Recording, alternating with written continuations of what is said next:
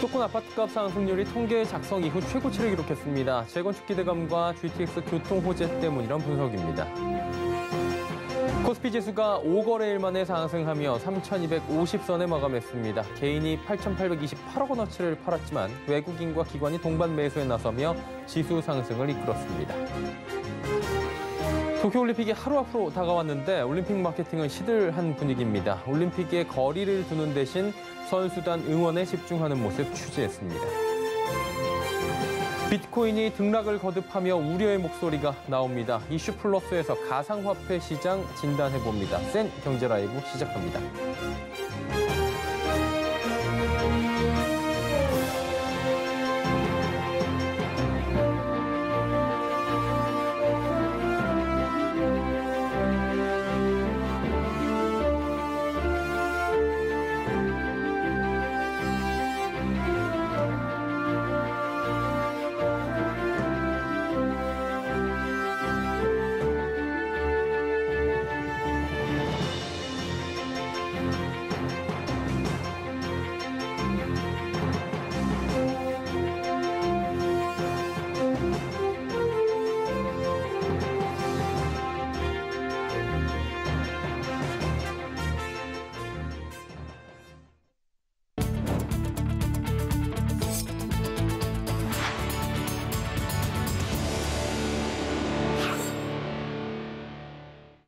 시청자 여러분 안녕하십니까? 센 경제라이브 서정덕입니다. 재건축 기대감과 수도권 광역 급행철도 호재로 수도권 아파트값이 9년 만에 최고 수준으로 올라섰습니다. 한국부동산원은 오늘 7월 셋째 주 전국 아파트 매매 가격이 0.27% 올라 지난주보다 상승폭이 더 커졌다고 밝혔습니다. 특히 수도권 아파트는 0.36% 올라 주간 통계 작성을 시작한 2012년 5월 이후 최고 상승률을 기록했습니다. 전셋값도 고공행진을 이어갔습니다. 전국 아파트 전셋값은 0.16%에서 0.20%로 상승폭이 커졌습니다. 특히 서울 서초구는 반포동 재건축 단지 이주 수요로 전셋값이 급등해 0.25%나 올랐습니다. 올 들어 서울 신규 주택을 위한 착공과 준공 실적이 부진한 것으로 나타납니다. 주택 공급을 알 수 있는 대표적 지표인 만큼 공급 부족에 따른 집값 상승이 계속될 수 있다는 우려까지 나옵니다. 설석용 기자입니다. 올해 들어 서울 내 신규 주택 공급을 위한 착공과 준공 상태가 저조한 것으로 나타났습니다. 한국부동산원과 국토교통부 통계 시스템에 따르면 올해 들어 지난 5월까지 서울주택 준공은 29,475건으로 지난해 같은 기간보다 7천여 건 줄었습니다. 특히 올해 1월에서 5월 신규주택 공사 시작을 알리는 착공 건수는 17,555건으로 1, 2년 전 같은 기간과 비교해 많게는 만여 건 감소한 것으로 집계됐습니다. 이런 추세가 계속된다면 앞으로 3, 4년 후에도 역시 충분한 공급을 기대하기는 어려울 것으로 관측됩니다. 여기에 정부의 서울 도심 주택 공급 계획에 대한 우려도 나옵니다. 태릉 골프장과 용산 캠프킴 등 지난해 8.4 공급 대책의 핵심 지역들이 주민과 지자체의 이견으로 난항을 겪고 있습니다. 게다가 오세훈 서울시장이 약속했던 향후 5년간 24만 가구를 민간 주도로 공급하겠다는 계획도 속도를 내지 못하고 있습니다. 개발 기대감에 집값이 급등하는 역효과에 더해 정부가 재건축 안전진단 기준 완화를 거부하고 나서면서 사업 추진에 어려움이 예상되는 상황. 업계에선 신규주택 공급을 위한 계획 차질과 사업 지연은 집값을 올리는 불안 요소로 작용하고 있다는 분석이 나옵니다. 빠르게 내 집 마련에 서두르는 그런 경향들을 불러오긴 해요. 왜냐하면 인허가 물량 자체가 적다는 거는 향후 2, 3년 내에 시장 불안이 잡히기가 좀 어렵다라는 인식이 깔려 있기 때문에 내 집 마련 서두르는 심리 위축 그런 부분에 작용을 할 수는 있는 거죠. 서울경제TV 설석영입니다. 코스피 지수가 5거래일 만에 상승하며 3,250선에 마감했습니다. 이날 코스피 지수는 1.06% 오른 3,250.21포인트의 장을 마감했습니다. 개인이 8,828억 원어치를 팔아치웠지만 외국인과 기관이 동반 매수에 나서며 지수 상승을 견인했습니다. 특히 미국 필라델피아 반도체 지수 상승에 힘입어 삼성전자와 SK하이닉스 등 반도체주의 상승세가 두드러졌습니다. 이와 함께 올 2분기 역대 최대 매출을 기록한 네이버도 강세를 나타냈습니다.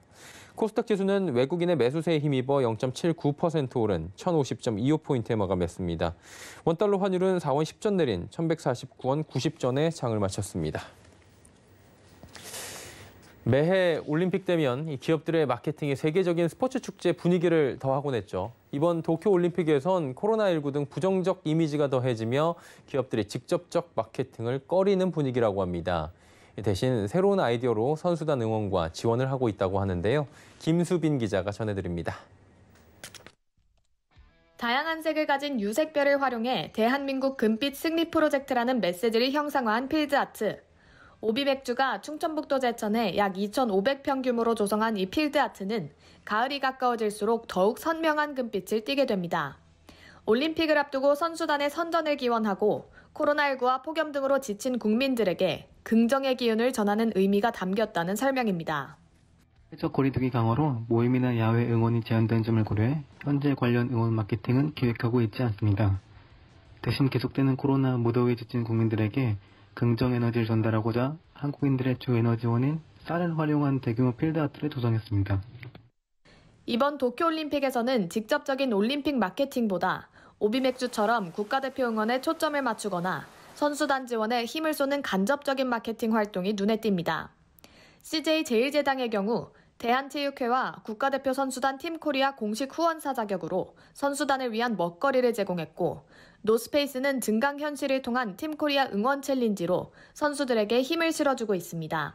팬데믹 속에 강행되는 올림픽에 대한 부정적 여론에 악화한 한일 관계로 인한 반일 감정까지 더해져 도쿄올림픽이라는 키워드로 마케팅 효과를 보기 어렵기 때문으로 풀이됩니다. 이마트의 경우 올림픽 기간 먹거리와 에어컨, TV 등 가전제품 할인 행사를 알리면서 세계인의 스포츠 축제라고 지칭했습니다. 직접 올림픽 분위기를 띄우기보단 관람에 초점을 맞춰 할인전을 선보인 겁니다. 홈플러스 역시 스포츠 응원에 빠질 수 없는 주류와 먹거리 할인 행사를 진행합니다. 사회적 거리두기로 인해 거리 응원전이 사실상 불가능해진 만큼 집에서 올림픽을 시청하는 수요를 공략한 것으로 풀이됩니다. 서울경제TV 김수빈입니다.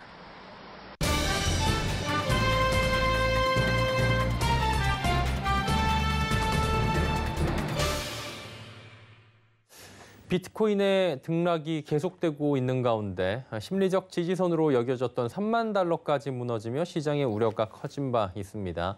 비트코인은 일론 머스크의 테슬라 비트코인 결제 재개 가능성 발언에 힘입어서 3만 2천 달러 선까지 다시 올라서기도 했습니다. 전문가들은 대체적으로 비트코인에 대한 우려 섞인 목소리를 내놓고 있는 상황이라고 하는데요. 금융부의 양한나 기자 연결해서 비트코인 등 가상화폐 시장을 진단해 보도록 하겠습니다. 나와 있습니까? 네, 안녕하세요. 예. 머스크 비트코인 보유 발언에 힘입어가지고 3만 달러 회복하고 3만 2천 달러 선까지 회복했는데 반등세 나오고 있죠? 네, 그렇습니다. 어제 오후 1시 30분을 기점으로 3만 달러를 회복했습니다. 이후 일론 머스크가 비트코인을 보유하고 있다라는 등 발언에 힘입어서 6% 넘게 비트코인이 급등세를 보이면서 3만 2천 달러 수준까지 상승세를 보였습니다. 그런데 어제 경우 비트코인 가격이 3만 달러가 중간에 붕괴가 되면서 하루 만에 시총 104조 원이 증발을 하기도 했는데요. 이때 시총 2위 규모인 이더리움과 바이낸스 코인, 카르다노, 도지코인 등도 8%에서 10% 넘게 폭락을 했지만 머스크의 발언에 힘입어서 비트코인이 다시 급등세를 보이면서 이 나머지 알트코인들도 같이 반등세를 보였습니다. 머스크가 한국 시간으로 오늘 오전 6시 비워드 컨퍼런스에 참석해서 아직도 테슬라가 비트코인을 보유하고 있고 개인적으로 이더리움과 도지코인 등 3종의 가상화폐를 보유하고 있다고 밝힌 덕분입니다. 이어서 머스크는 자신의 우주사업체인 스페이스X가 전기차 회사인 테슬라에 이어서 비트코인에 투자를 했고 테슬라의 비트코인 결제도 재개될 가능성이 크다고 말했습니다. 머스크는 비트코인 채굴용 에너지 중 재생에너지 비중이 50% 정도에 이를지 좀 더 지켜보고 싶다라면서 이렇게 되면 테슬라가 비트코인을 결제 수단으로 다시 받게 될 것이라고 말한 겁니다. 네. 암호화폐 시장에서는 여전히 머스크의 발언이 영향력을 크게 주고 있는 상황인 것 같습니다. 머스크에 대해서 투자 전문가로 또 각광을 받고 있는 캐시우드도 비트코인 살리는 발언을 내놨다고 하죠. 네, 그렇습니다. 아크 인베스트먼트 CEO인 캐시우드도 이 컨퍼런스에 참석해서 비트코인에 대한 우호적인 발언을 내놨습니다. 캐시우드는 많은 신흥시장들이 심각한 인플레이션 문제를 겪고 있다며 이들은 향후 비트코인 또는 다른 방식으로 구매력을 유지해야 할 것이라고 전망했습니다. 그러면서 비트코인이 향후 통화 인플레이션의 해칭 수단이 될 것이라고 말했습니다. 잭도시 트위터 역시 이 자리에서 비트코인은 인터넷의 네이티브 화폐가 될 수 있다고 말했습니다. 악재 호재가 지금 같이 계속 나오고 있는 상황인데 시장 전문가들은 어떻게 전망합니까? 네, 현재 상황에서는 대체적으로 이 글로벌 전문가들은 어두운 전망을 내놓고 있습니다. 일각에선 어제 비트코인이 3만 달러 선이 붕괴됐다 다시 빠르게 회복한 것을 두고 데드캣 바운스일 가능성이 있다는 진단도 나옵니다. 데드캣 바운스란 말 그대로 죽은 고양이가 다시 튀어오른다라는 의미로 주가가 큰 폭으로 떨어졌다가 잠깐 반등하는 상황을 빗댄 표현인데요. 가상자산거래소 루노의 아시아태평양 책임자는 비트코인 가격이 3만 3천 달러 선을 회복하지 못하면 다시 2만 4천 달러 선까지 추락할 수 있다고 경고했습니다. 또 오한다의 분석가인 에드워드 모야는 현재로선 비트코인이 극단적으로 위험한 자산으로 분류할 수 있다고 말했습니다. 그러면서 월가가 패닉성 매도 기조에 돌입할 경우 엄청난 매도 압력이 나타날 수 있다면서 비트코인이 3만 달러 선 아래로 떨어지면 다음엔 2만 8,900달러 선을 쉽게 테스트할 수 있을 것이라며 이는 2만 5천 달러를 향한 더 큰 추락을 방어하기 위한 최저의 지지선이 될 것이다라고 내다봤습니다. 또 암호화폐 전문업체 코인데스크는 차트 분석을 해보니 비트코인의 1차 지지선은 2만 7천 달러, 2차 지지선은 2만 2천 달러가 될 것이라며 심리적 지지선에 대한 전망을 내놨습니다. 예, 지금 양 기자가 전해주신 부분들이 이제 해외 전문가들의 의견을 말씀해 주신 것 같고요. 국내 전문가분들은 어떤 전망을 내놓고 있습니까? 네, 국내 전문가 중 가상화폐 거래소 코빗에서 사업 개발을 담당하고 계신 정성문 이사는 비트코인의 네트워크적 가치를 강조하면서 중장기적으로 긍정적인 전망을 내놨습니다. 중장기적으로 비트코인에 투자를 하는 분들은 비트코인의 가치에 집중을 해야 한다는 얘기인데요. 비트코인의 가치를 움직이는 드라이버는 기본적으로 주식시장과 다르다라고 강조를 했습니다. 주식이나 채권, 부동산과 같은 기존 전통 자산의 경우에는 세계 GDP 성장률이나 기업의 이익 성장률, 배당, 이자, 월세, 금리 등에 의해서 가격이 움직일 수 있는데 비트코인의 경우는 자체 네트워크의 성장률과 규제의 변화, 블록체인 기술 혁신 등의 요소에 의해서 영향을 받는다라는 설명인데요. 중장기적으로 암호화폐가 가치 수렴을 한다고 하더라도 투자자마다 감내할 수 있는 투자 기간이 각기 다른 만큼 긍정적인 전망이 현재 중장기적 시각이란 점을 유념해야 할 것으로 보입니다. 예, 등락 거듭하고 있고 요즘에 우려가 많이 나오고 있는 가상화폐 시장 이야기 들어봤습니다. 금융부의 양한나 기자였습니다. 고맙습니다. 네, 감사합니다. 네, 다음 소식 바로 또 넘어가 보도록 하겠습니다. 이번엔 환율 이야기 좀 해볼 텐데요. 코로나19 재확산에 대한 우려로 환율이 연일 연고점을 경신하고 있습니다. 전날에는 9개월여 만에 최고치인 1,154원에 마감을 했고 오늘은 1,150원이 살짝 이탈이 되긴 했는데 여전히 높은 수준입니다. 국내 코로나19 신규 확진자 수 1,800명을 넘어서며 원화 약세 압력도 지금 커지는 상황입니다. 자, 환율 상승 원인과 이로 인한 달러 투자에 대해서 어떻게 봐야 되는지 금융부의 윤다혜 기자와 이번에는 이야기 나눠보도록 하겠습니다. 윤 기자 나와 있습니까? 네, 나와 있습니다. 환율 오르고 있어요. 이유가 뭡니까?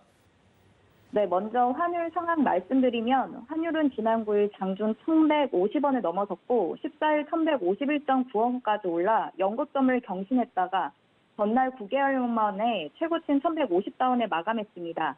오늘은 어제보다 약간 주춤해 1,149.9원에 마감했습니다. 환율이 오르는 이유는 간단하게 말해 델타 변이 바이러스 확대로 금융시장 변동이 확대되면서 안전자산인 달러에 대한 수요가 올라간 것입니다. 이 때문에 상대적으로 원화의 가치가 떨어져서 환율이 올라가는 것이라고 보면 됩니다. 또 우리나라 원화는 위안화랑 연동돼서 움직이는데 중국 정부가 위안화가 강세 속도 조절 정책을 내면서 위안화가 약세로 바뀌었습니다. 환율이 이렇게까지 올라가게 되면 산업에 영향도 크다 보니까 관심이 많이 갈 수밖에 없는데 전문가들은 지금 어떻게 보고 있습니까? 네, 전문가들은 1,170원을 넘기지 않을 것으로 보고 있고 3분기 이후에는 환율이 떨어질 것으로 예상하고 있습니다. 원달러 환율 고점에 대해선 1,160원대에서 제동이 걸릴 것이라는 의견도 있습니다. 수출이 회복되며 달러가 꾸준히 유입되고 있기 때문입니다. 권하민 NH투자증권연구원은 하반기 환율은 1,160원을 유지하고 델타 변이 리스크와 물가 상승이 달러 강세를 끌어올리고 있는 요인인데 계속 이어지지는 않을 것이라고 내다봤습니다. 환율 1,171원을 넘기지 않을 것이라는 의견도 있습니다. 전문가 의견 들어보겠습니다. 원달러로 환산을 해서 제가 계산을 해보니까 1,171원 정도가 나와요. 이 선이 왜 중요하냐면 우리가 2013년 이후에 원화가 웬만해서는 역사적 평균을 깨고 내려간 적이 없거든요. 네, 한편에서는 1,170원을 넘을 것이란 관측도 있습니다. 미국 연방준비제도의 통화정책을 둘러싼 불확실성이 또 다른 변수가 될 수 있다는 것입니다. 지금 뭐 오른다 내린다 조금 1,171원 정도에서 얘기가 엇갈리고 있는 것 같은데 시장에선 지금 델타 변이 바이러스 확산으로 뭐 불안감을 보이고 있고요. 그러다 보니까 안전자산 강세를 보이고 있잖아요. 달러 투자는 이 시점에서 어떻습니까? 네, 전문가들은 코로나19가 진정 국면에 접어들면 환율도 다시 제자리를 찾을 것으로 내다봤습니다. 이승훈 연구원 얘기 들어보겠습니다. 달러화는 다시 약해지고 원화는 다시 강세로 갈 가능성에 무게를 두고 있거든요. 델타 변이는 제가 보기에는 결국 잡힐 거라고 봐요. 선진국은 백신을 더 많이 접종을 시켜가지고 이거를 막자라고 하는 건데 만약에 안 되면 얘네들도 사회적 거리두기를 할 거고.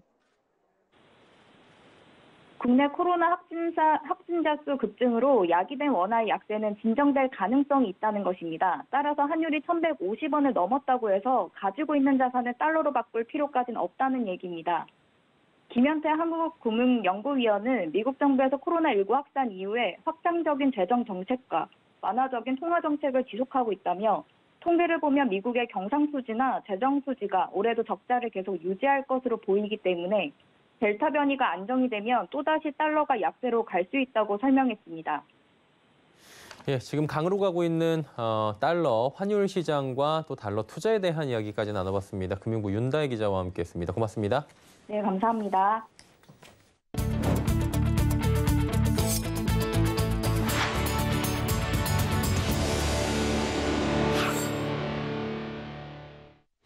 반도체 수급난에도 현대차와 기아가 2분기 깜짝 실적을 달성했습니다. 고수익 차종을 중심으로 글로벌 판매 회복에 주력한 결과인데요. 다만 반도체 부족 문제 하반기까지도 이어질 것으로 보입니다. 정세미 기자입니다. 현대자동차와 기아가 오늘 오후 서울 본사에서 2분기 경영실적 컨퍼런스 콜을 개최했습니다. 현대차의 2분기 영업이익은 1조 8,860억 원, 지난해 같은 기간 대비 약 220% 늘었습니다. 매출액은 30조 3,261억 원으로 현대차 분기 매출 사상 첫 30조를 돌파했습니다. 또한 이 기간 글로벌 시장에서 도매 판매 기준 작년보다 46% 증가한 103만 대를 팔았습니다. 기아도 시장의 기대치를 뛰어넘는 어닝 서프라이즈를 기록했습니다.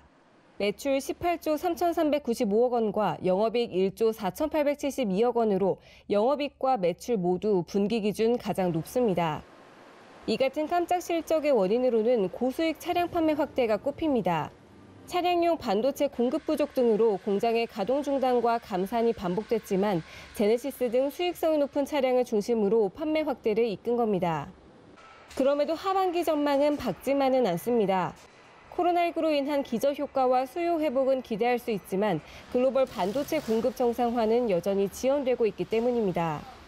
이외에 원자재 가격 상승과 3분기 영업일수 감소에 따른 글로벌 재고 부족 등도 악재입니다. 코로나19 팬데믹에서 벗어나기 좀 어렵기 때문에 내수 시장의 확대는 지금처럼 되지 않을 가능성이 상당히 높고요. 반도체 수급 문제나 노조 리스크가 있기 때문에 상반기보다는 하반기 실적이 좀 다소 낮아질 거다. 이에 현대차와 기아는 하반기 아이오닉5 생산 정상화와 제네시스 최초 전용 전기차 등으로 글로벌 친환경차 시장에서의 입지를 강화한다는 방침입니다. 서울경제TV 정세미입니다. 포스코가 분기 영업이익 2조 원대 시대를 열었습니다. 포스코는 연결 기준 올해 2분기 영업이익이 2조 2천억 원으로 지난해 동기보다 1,200% 가까이 증가한 것으로 집계됐다고 공시했습니다. 기업 설명회를 통해 분기 실적을 공개한 2006년 이래 최고 실적입니다. 포스코 실적 호조는 본업인 철강 사업이 이끌었습니다.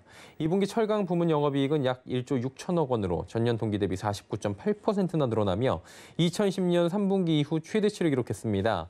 이는 자동차와 조선, 건설 등 전방 산업이 회복하며 글로벌 철강 수요가 큰 폭으로 늘어난 덕입니다.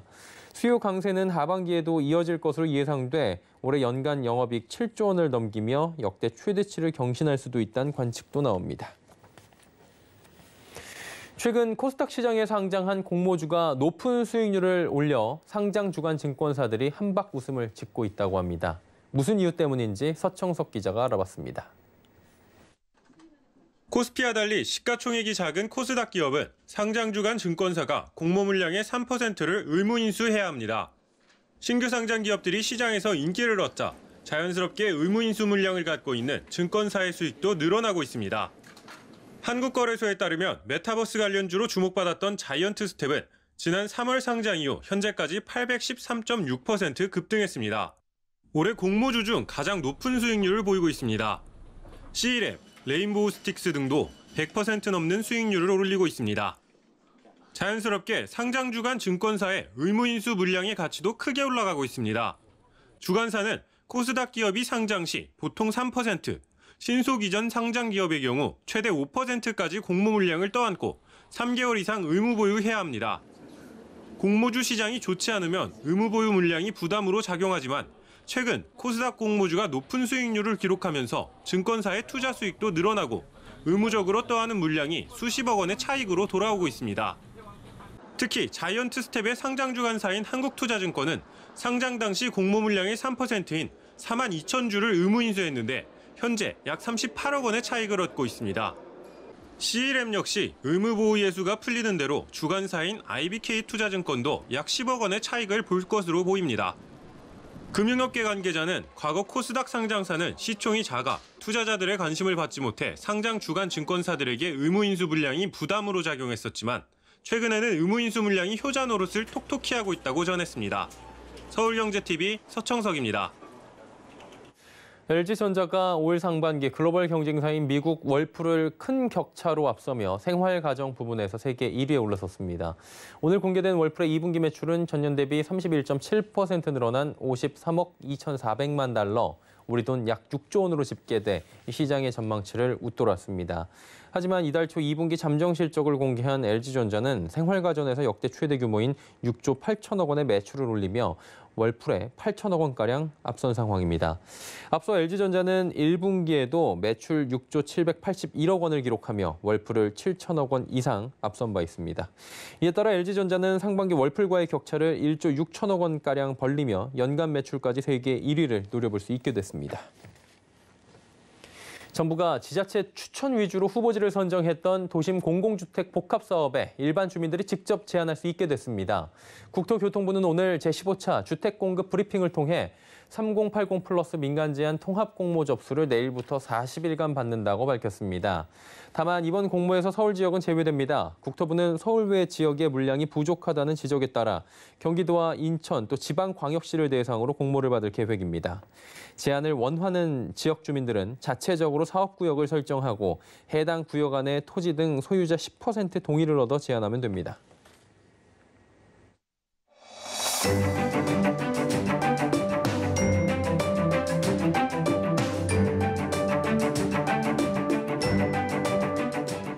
안녕하세요. K웨더 라이프스타일 리뷰 요철입니다. 오늘은 1년 중 가장 날이 덥다는 절기, 대서였는데요. 이름값을 하는 듯 전국 대부분 지역에 폭염특보가 내려져 있습니다. 한편 내일도 폭염은 이어지겠습니다. 낮 기온 서울, 춘천 37도, 광주 36도 예상됩니다. 서쪽을 중심으로는 더 더워서 건강관리에 각별히 신경 써주셔야겠습니다. 당분간 북태평양 고기압의 영향으로 맑은 날씨가 이어지겠습니다. 다만 낮에는 강한 자외선에 주의가 필요하겠습니다. 한편 폭염의 기세는 계속되겠습니다. 한낮에는 야외 활동을 삼가주시고요. 외출 시엔 양산이나 모자를 꼭 착용해 주시기 바랍니다. 내일은 전국이 구름 많겠고 제주도는 낮부터 점차 흐려지겠습니다. 한편 전국 공기질은 깨끗하겠습니다. 다음은 자세한 지역별 날씨입니다. 중부지방 아침 기온 서울 26도, 대전 23도 보이겠고요. 한낮 기온 서울 37도, 대전 35도까지 오르며 덥겠습니다. 동해안 아침 기온 속초 22도, 강릉 23도에서 출발해 한낮에는 속초 30도, 강릉 32도 예상됩니다. 남부지방 아침 기온 전주 23도, 부산 25도 보이겠고요. 한낮 기온 전주 36도, 부산 31도까지 오르며 덥겠습니다. 내일 해상엔 구름만 많겠습니다. 바다의 물결은 서해가 최고 3m, 남해가 최고 4m로 대체로 높게 일어서 항해나 조업하는 선박은 유의하셔야겠습니다. 날씨였습니다. 센 경제 라이브 저희가 준비한 소식은 여기까지입니다. 건강한 저녁 시간 보내시길 바랍니다. 고맙습니다.